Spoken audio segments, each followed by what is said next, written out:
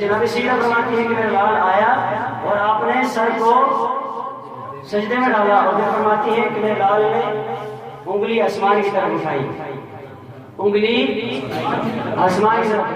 اللہ اکبر۔ جناب سیدہ فرماتی ہے دوسری روایت کے اندر یہ روایت یہ لفظ موجود ہے، شیخ عبدالرحمن دہلوی رحمۃ اللہ تعالی علیہ نے اس کو نقل فرمایا ہے، علامہ سیوطی رحمۃ اللہ تعالی علیہ نے اس روایت کو نقل فرمایا ہے۔ سیدہ فرماتی ہے اے زمانے والوں سنو سنو، میں نے کچھ بادل دیکھے، ان بادلوں کے اندر مجھے پھولوں کے ہنہنانے کی آواز آ رہی تھی، لوگوں کے باتیں کرنے کی آواز آ رہی تھی اور پروں کے پڑپڑانے کی آوازیں آ رہی تھی۔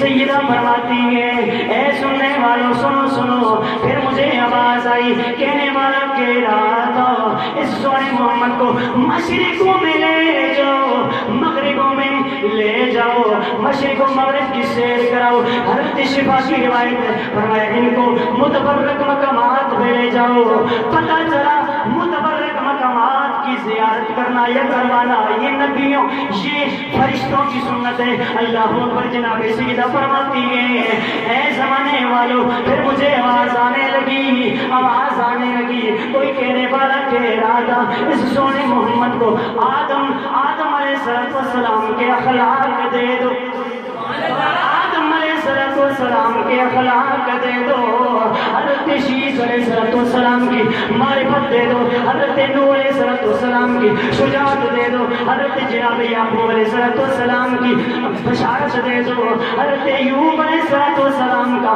صبر دے دو، حضرت جناب سیدنا داؤد علیہ السلام کی لحن اور آپ کی آواز دے دو۔ اللہ اکبر۔ جناب سیدنا یوسف علیہ السلام کا حسن دے دو، حضرت اسحاق علیہ السلام کی رضا دے دو۔ الغرض سارے نبیوں سارے رسولوں کے کمالات کو اکٹھا کر کے سونے محمد کو دے دیا جائے، سارے کمالات جمع کر کے محمد عربی کو دے دیا جائے۔ اسی لیے کہتے ہیں سب سے اولا والا، سب سے بالا والا